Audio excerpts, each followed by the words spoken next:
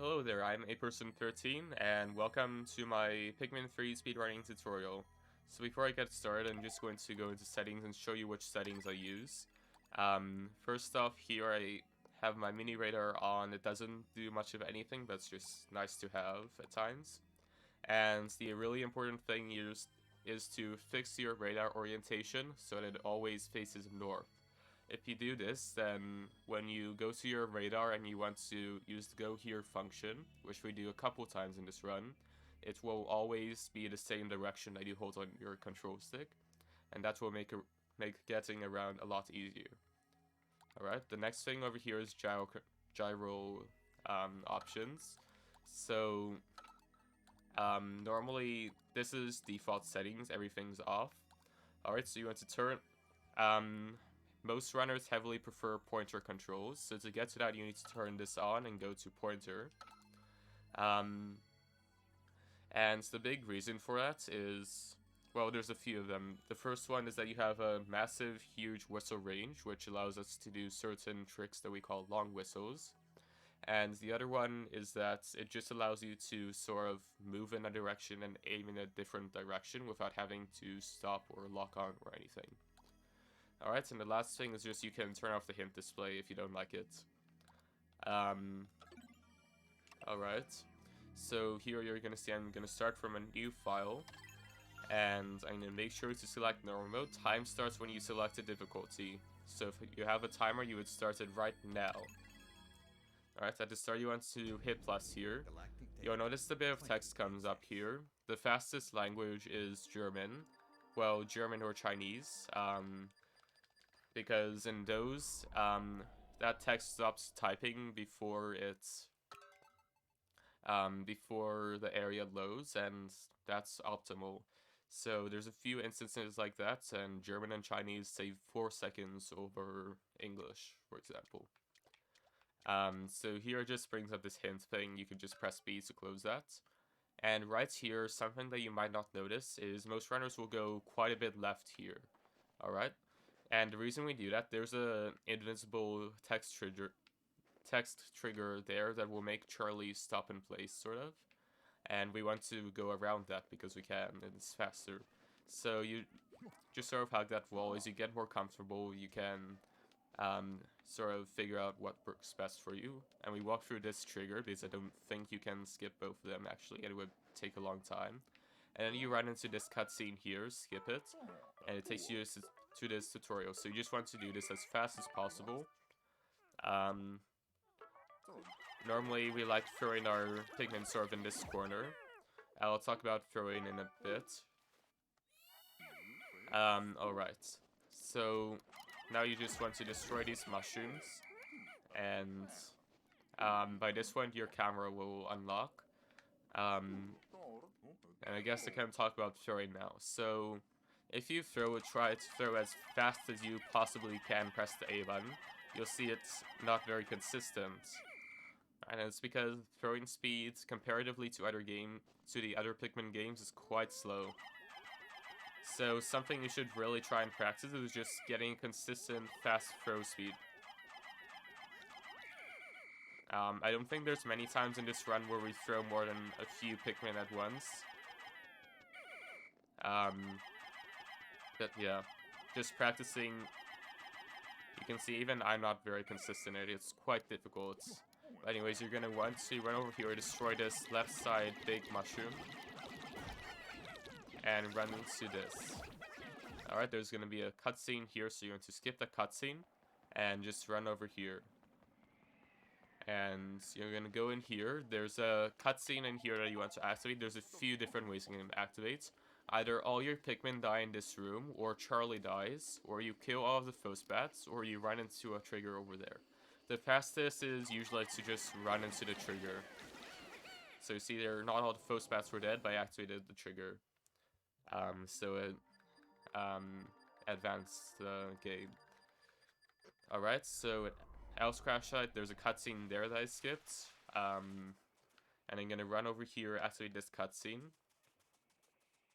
And run over here and go rescue the red onion. So here, what I like doing is your cursor's probably gonna be way over here or something. So I'm gonna center with R, if you're on partner controls. Press B to whistle, lock on, and throw 3. Alright, so that's just a little sequence to sort of practice. Alright, so right here it's gonna start you like this. What you can do is throw your 3 Pikmin in the corner, they'll see those fragments. You're gonna whistle him back there and dismiss once he hits those fragments. Then you're gonna activate that trigger, activate this trigger. And as these Pikmin drop off their fragments, you're gonna whistle them and throw them over here. And then, since we don't have anything else to do here, it's fastest to try and push these forwards towards the bridge. And then whistle them twice because they're still quote-unquote working, and throw them over here. We throw them because it's faster than letting them slowly walk across. But we don't throw the other one because he'll just sort of naturally fall in a cycle with these other ones. So see there, he's carrying his last fragment, and these are about to carry their last fragments. Here, I like to stagger the last one a little bit. Just so I can whistle these once they drop off their fragments. There, I didn't quite get it. But you'll see, after this cutscene, he runs all the way back here. So you're going to whistle him, run into this trigger. Alright. And I should explain radar movement, so I'm going to go back here.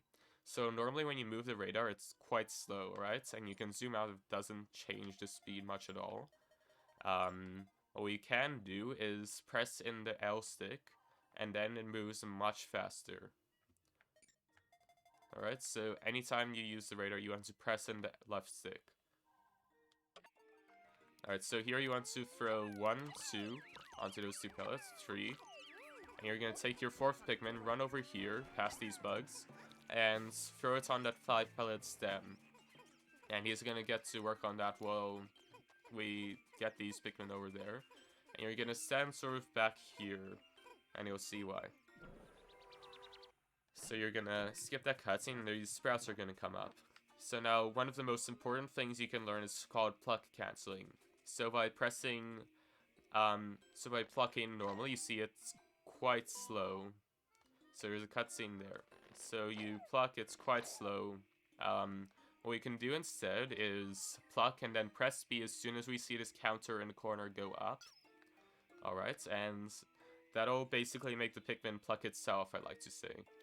So you'll see here, A, B, he plucks himself. A, B, they pluck themselves. Alright, so that is very important. We use it loads of times in the run. So you're gonna go over here, wait for these bugs to come fully out of the ground, kill them.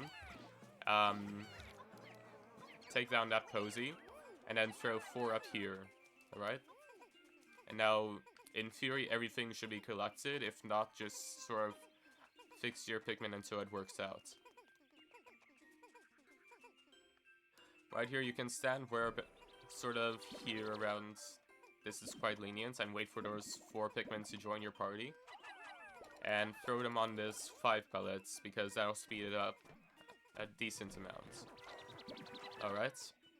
And now here you can practice your Pluck Cancelling again, so AB, AB, AB. And then moving manually between those sprouts.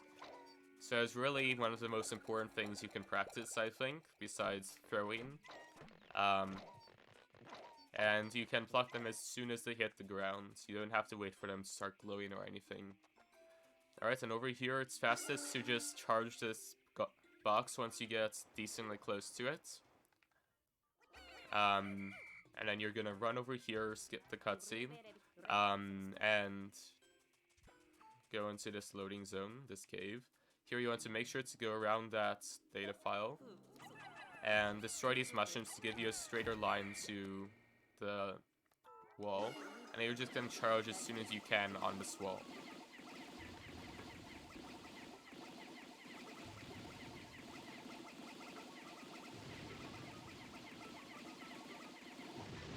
Alright, and there's not really anything we can do to speed that up. So just hold towards the loading zone over here. As soon as you can, walk over here. There's 2 cutscenes you can skip. Alright, and now just a quick explanation of end of day menuing before I close this off. So, on the first day you can't skip this beginning bit for whatever reason.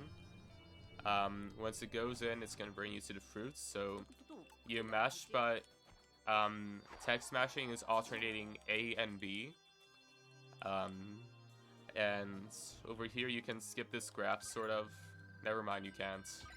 I'm confusing my games.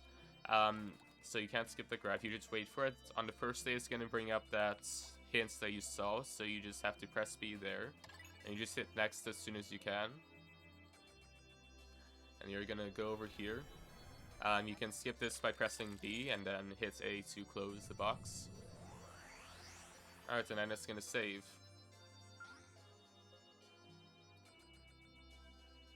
Alright, so that is the end of day 1.